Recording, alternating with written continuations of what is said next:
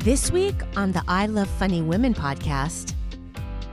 Like, why aren't we just like loving each other a lot more? You know, like by being who I am in the world and trying to be authentic as possible. I think that has a lot of value. I really do. But anyways, there was a long break and I came back to stand up because I was with a healer, because that's how I always get all my information.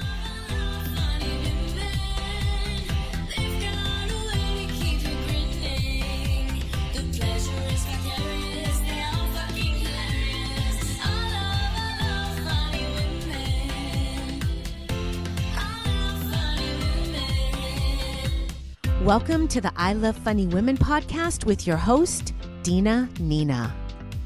Hello and welcome to another episode of the I Love Funny Women podcast. My name is Dina Nina and...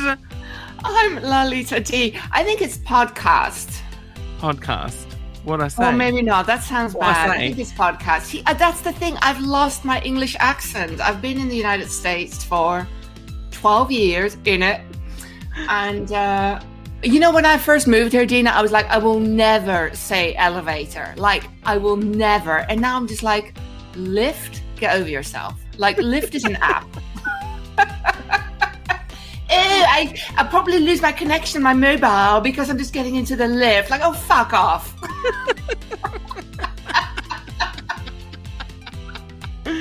I mean, the truth is, we're exceedingly connected, and a lot of the words that used to sound very annoying and weird are not as weird anymore. Like, people say there's a lot of things that people are like, American culture has adapted to hearing vernacular in a British words. That's because you're all watching The Crown. I mean, I heard this podcast, I guess it is podcast, the other day, where these two women were actively discussing the reality of the royal family based on The Crown. And it's like, I love that show, but it is a show. Like, it's not a documentary. And these two podcasters didn't somehow understand that. It's very annoying. But Doctor Who's all real. And the Teletubbies. I hated the Teletubbies.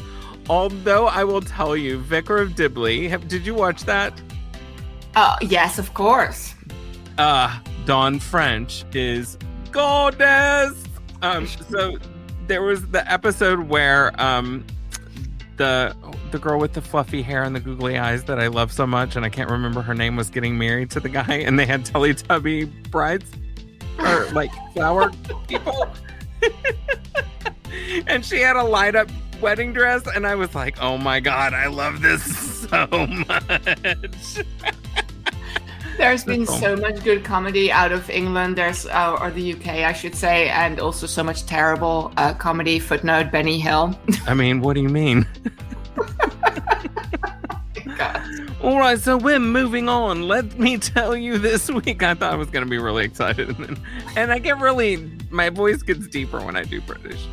So, like always, we'd love to hear from you, okay? Like, so go to Instagram, post a video, right? Okay, and tag at I Love Funny Women with the hashtag Hey Dina, and you could be on the podcast or on our YouTube. Oh, we have a YouTube channel. It's YouTube, Dina. It's YouTube. On the Utes. Now, if you are loving the podcast, or if you can just about tolerate us, we'd appreciate it if you share it with your friends. Because share it just with other people. Because sharing is how we got into this place in the first place. Hey, this is Door Girl Greg. Thank you for listening to the I Love Funny Women podcast.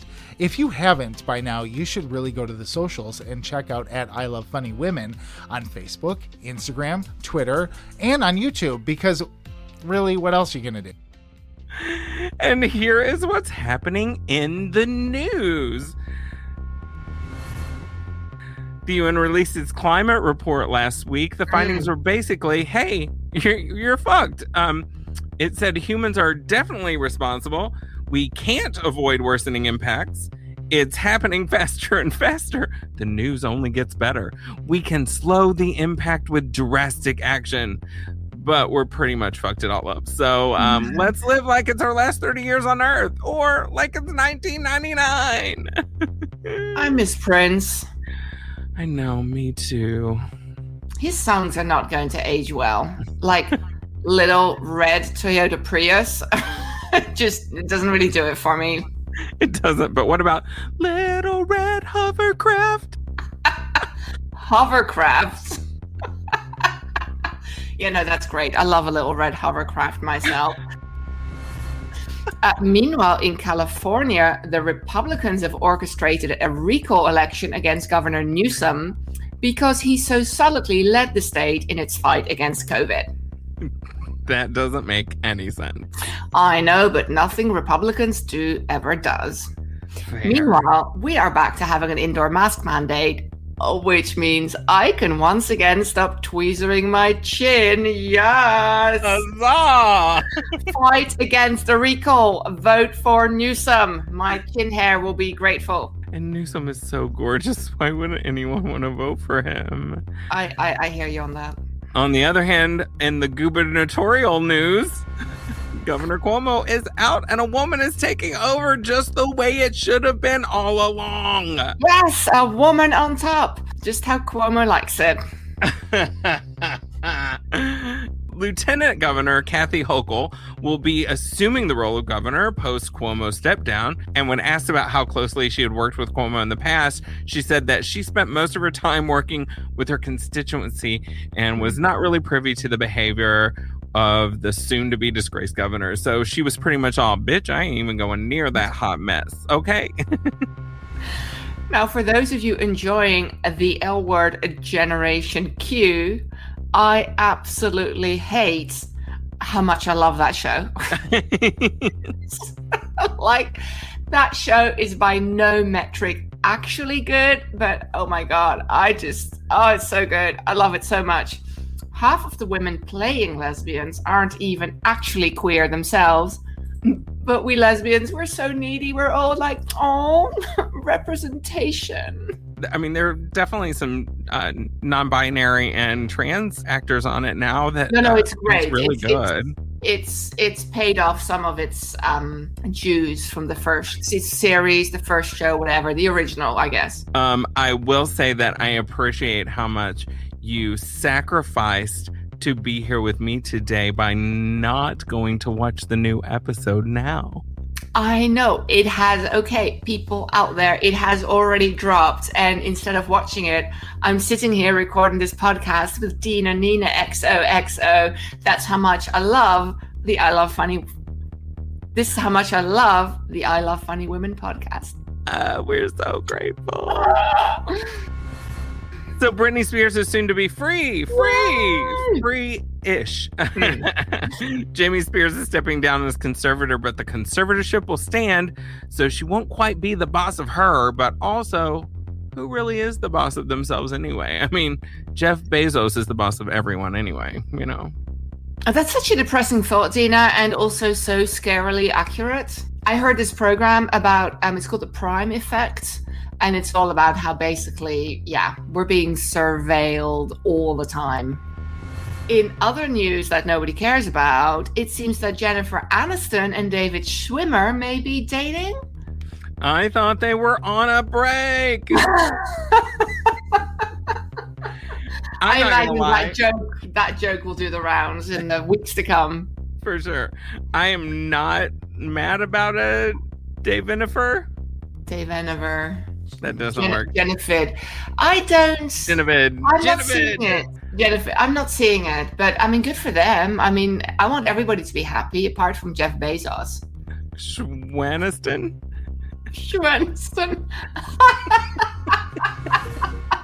And that's all the time we have for the news this week. If you call that news.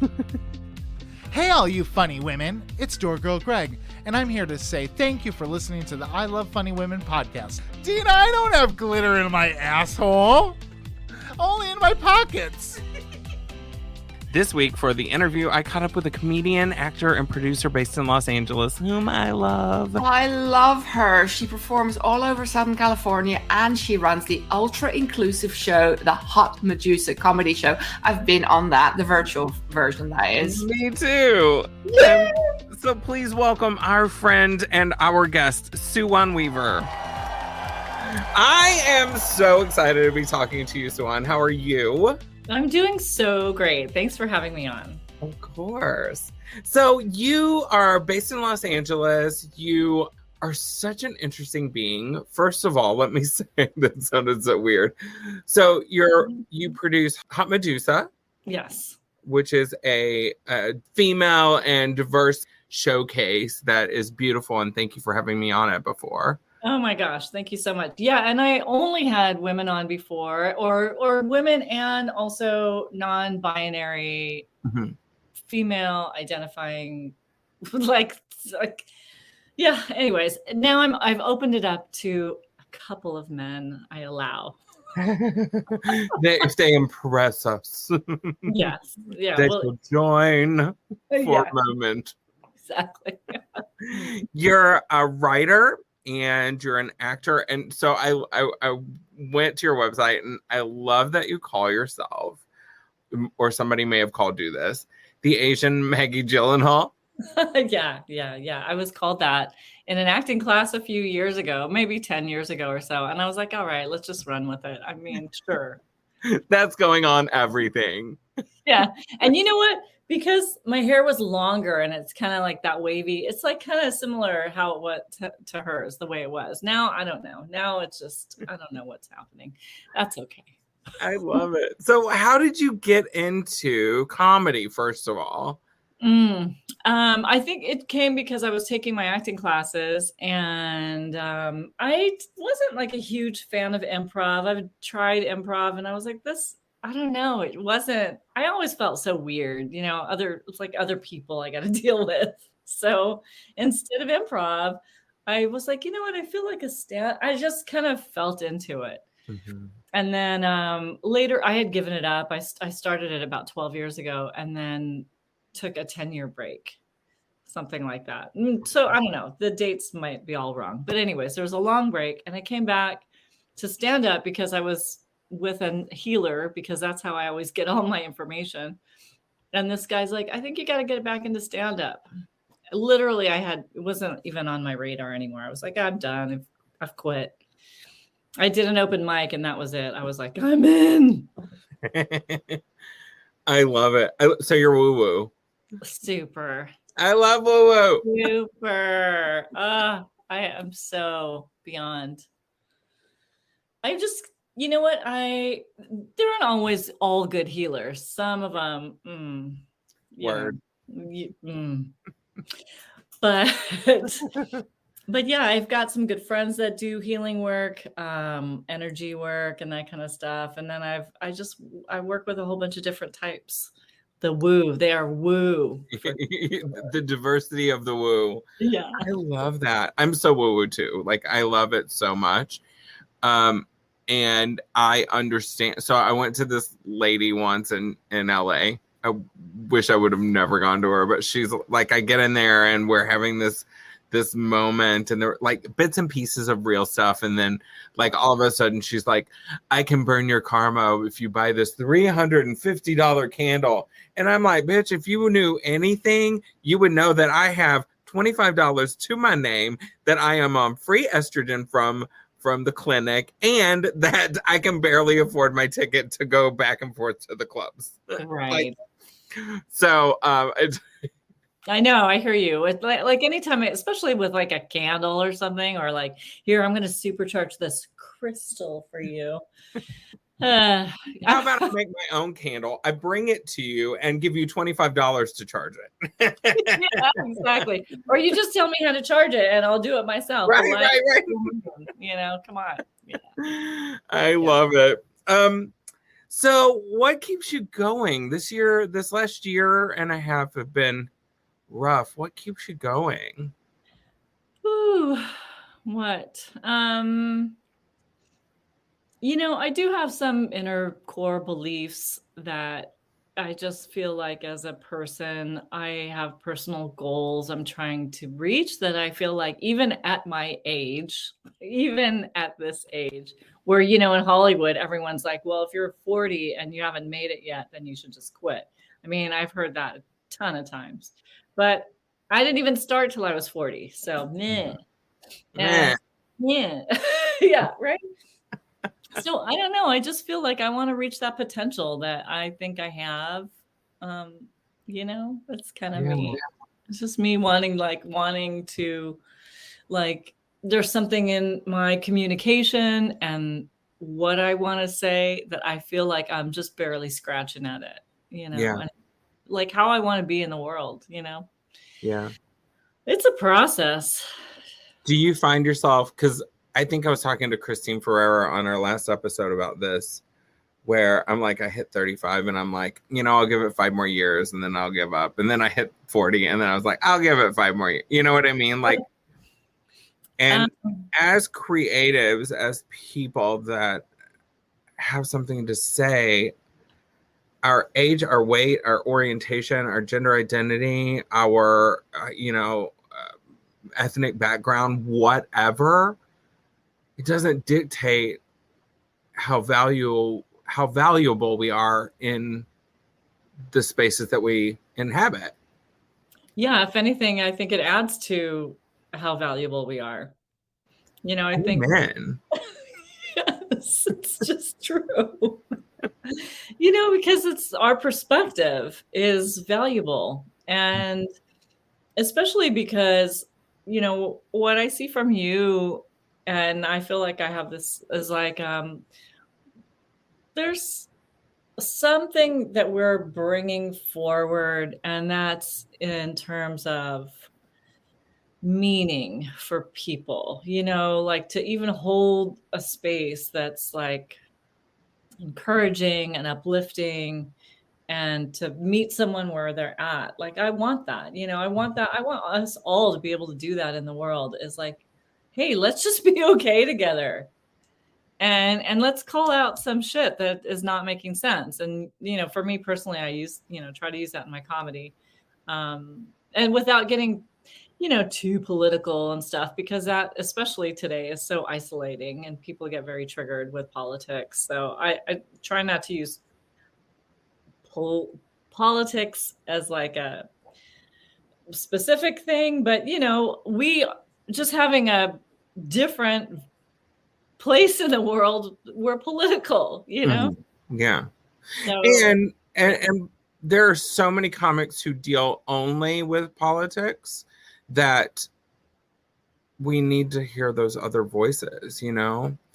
I love politics. I'm so obsessed with politics, and I'm so I'm liberal. I'm such a libtard. I'm the one when everybody's bitching about libtards, I'm the one that they're bitching about. Yeah, I know. And to be able to share our lives and what's important to us without always talking about our politics is really cool and fun and important. Yeah. I think it's like we're doing it without nailing it over the head. It's just by being who I am in the world and trying to be authentic as possible, be real, say things that are important to me, whatever I'm going through. And then I think that has a lot of value. I really do. And maybe if my twist on it is a little different too, even if I'm just calling out my mom on cheating on golf or something, I love your mom stories. Oh God. It's so funny because I always get pretty good feedback on my mom stuff. Like, oh, you need more mom. But when I first started, when was that? It was in maybe 2004 when I started taking a couple classes. I also heard stuff like, well, Margaret Cho's already done it. And I'm like, what the fuck? I mean, I don't know if I can swear, but yeah, swear away. It's just so weird, how someone would really try to limit you because you know what? That's already been done. Your type's already done it. It's Well, what? There can't be like more than one blonde. So, okay. Like, what is Right. that? Right. Yeah. So how do you find ways to do your mother and in a non-sexual sort of way that sounded really creepy and weird? Yeah. Please don't be doing my mother. That would be just really, that's very wrong. Everything is wrong about that. So wrong about that. Let's rephrase that. How do you approach your material with your mom that's distinctly you and not another person doing the same type of material because you're in the same classification? Right. Oh my God. I think because my mom is like, she's very specific. She has her personality, so if I'm not doing like a general thing about bad Asian drivers or, just doing like really hacky comparisons or something like that, I feel like it's very specific. Her personality is, my mom has her heart on her sleeve. Everything is on the table. You know exactly how she feels. And so when I do her, she comes forward because she's so strong, even if she's so wrong so many times. She's so wrong. But also very lovable, Yeah. Yeah, so I feel like that comes across. And then I don't think I have to worry about what Margaret Cho or anyone else has done because they're like, especially Margaret Cho's mom is also very, even though she's Korean, right? And my mom's Korean, but it's just comes so differently. And speaking of Margaret Cho, the first time I went to the Gay and Lesbian Center and I'd heard her years ago. She did, there was a show there. I felt like I was sliding off my chair, just dying. So, and she must have thought like, oh my God, you're obviously Korean. Cause like no one was reacting like that. Like it was funny. It was definitely funny, but I was like, like it was just, anyways. Yeah. I love her so much. I want to be friends with her. I don't know how we can make that happen. Anyway. I do too. Yeah. Right. Like I was so embarrassing in front of her the last time I met her. Or talk to her. But so I'm like, okay, I'm not drinking anymore. So I don't drink anymore. That's not why, but that was part of the I think that you're so interesting and I love how you approach your material. Oh, that's and that's the thing that I get so frustrated about. We're not here to compete or be in a competition. Okay. And just because my joke may be similar to someone else's joke, that's like, I've heard somebody not do my joke, but do something similar. Yes. And her experience as a trans woman is just as valid as my experience, but I do it differently, because it's me. Yes, exactly. So I like that you do that. And I love how you are so empowering to others as well.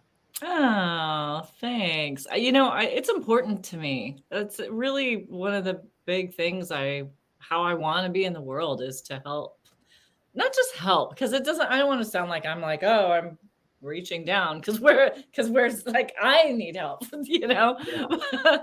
But I do feel like it's important to, let's open our arms and like, why aren't we just all loving each other a lot more? I love people, which I know is like a lot of comics have this thing about how they hate everyone and they don't like to be with each other. And so, I don't know about being with each other. Let me take that back. But they do hate like I hate fucking hanging out with comics all the time. Yeah, no. And I love hanging out with comics. Comics are the best. Because, there's a lot of truth being spoken and there might be stepping on some toes, but I do really appreciate the honesty. And yeah, like, why aren't we just reaching out? Oh God, it's so tedious when it's all the same types on one show, like the same, all like 5 white dudes or something, like, come on. Those are my favorite shows. And Nothing against I also don't want to shit on the white guys because some of them are very tired of it. And I understand everyone is tired of being shit on. We all are tired of it. And including people who are minorities and different. So Yeah. Across the board, let's just not do it. Ugh. Yeah. Yeah. Yeah. Thanks for saying that, though. Of course. Yeah. I sleep with white men, so they get something from me, like I used to. I can berate you all the time, but you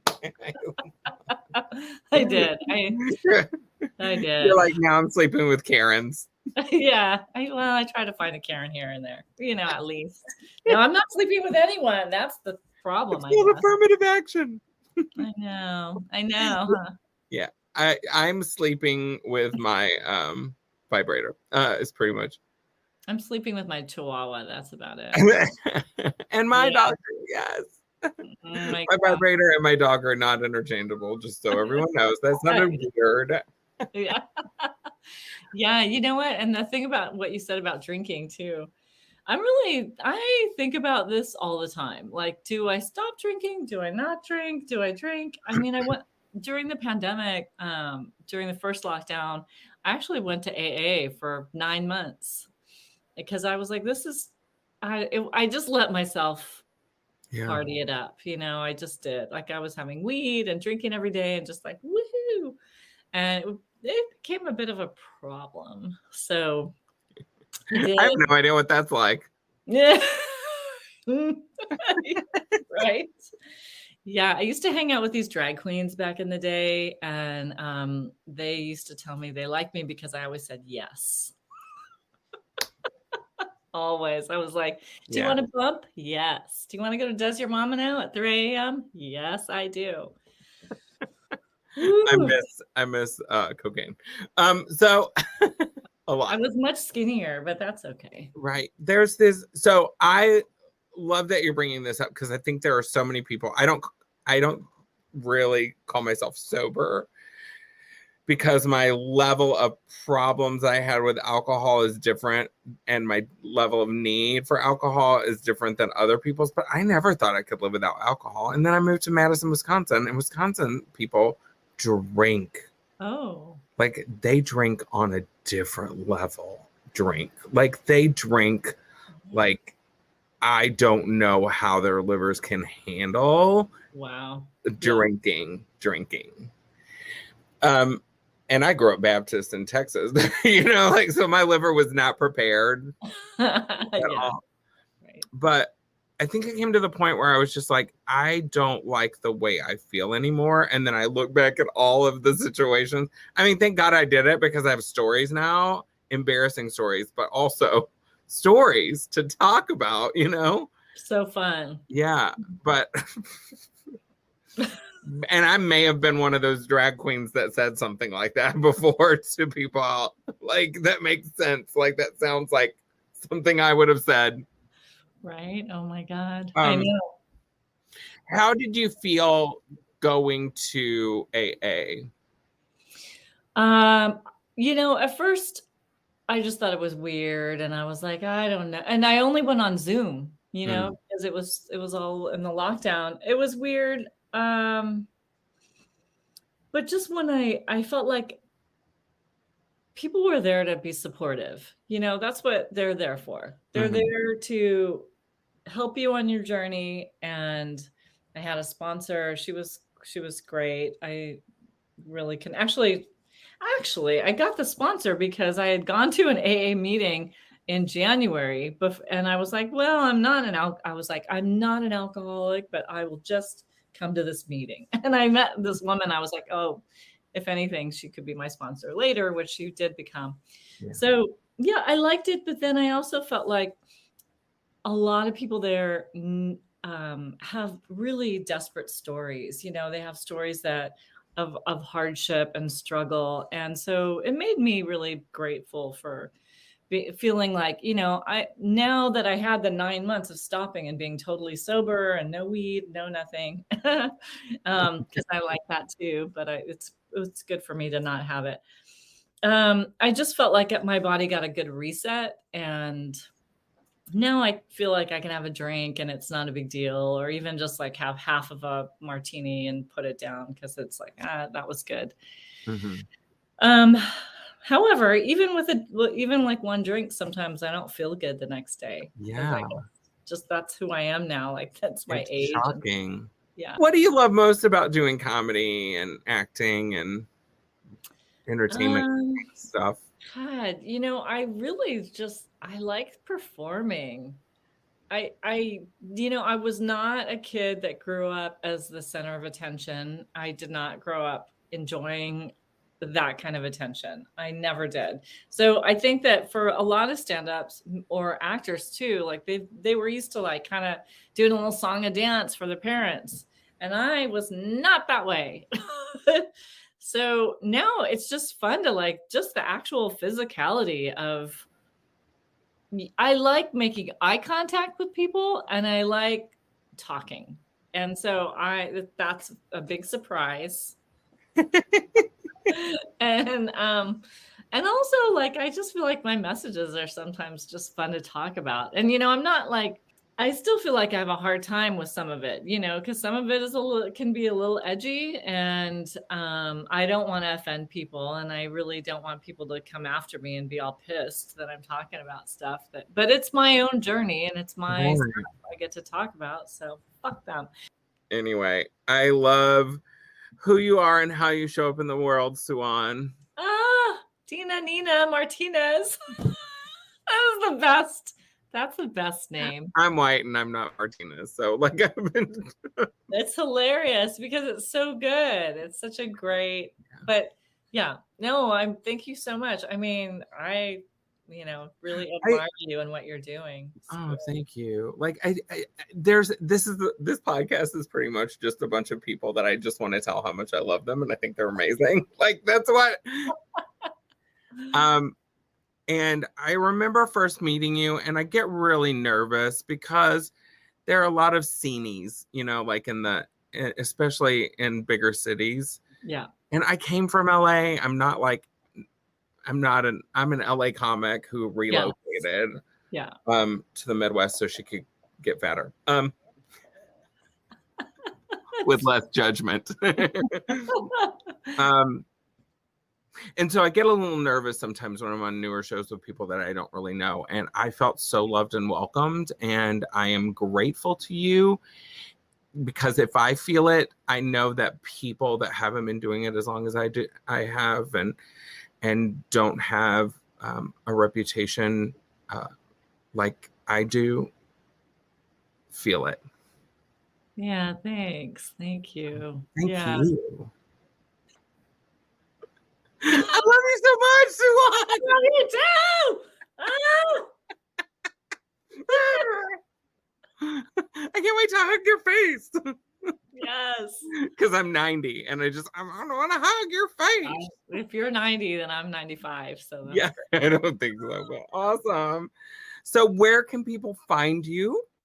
Oh my gosh. I think Instagram is probably I'm the most active on there. I have a little link tree.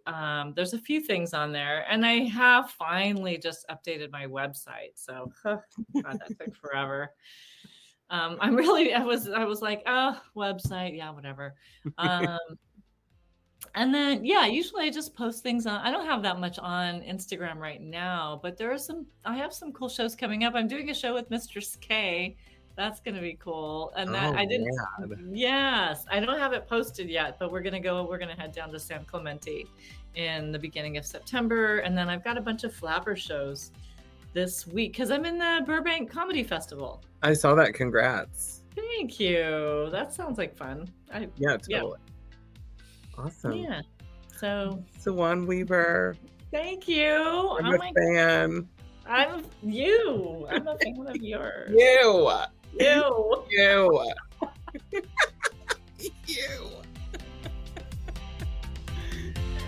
And of course, that's all we have for this week. So thanks for listening to the I Love Funny Women podcast. You can find us on all the social media at I Love Funny Women, and you can do that in any accent you like. You can find us on all the social media at I Love Funny Women in it, and you can find us on YouTube as well. This podcast was written by me. And me. And you can find me on all the socials at Dina Nina XO. I don't even know what accent that is. What's that meant? I don't know. Let's not go there. Okay. And I'm at Lalita D Comedy, DWE, Lalita D Comedy on Instagram and Twitter. You can find our guest Suwon Weaver on Instagram at Suwon Weaver. Doorgirl Greg is on Instagram at GG Potter. And our announcer, Crysta Garner, can be found on Instagram at Crysta Garner. This is an Artemis Glow studio production. In association with Crossover Media and AMG. Have a good week. Great week.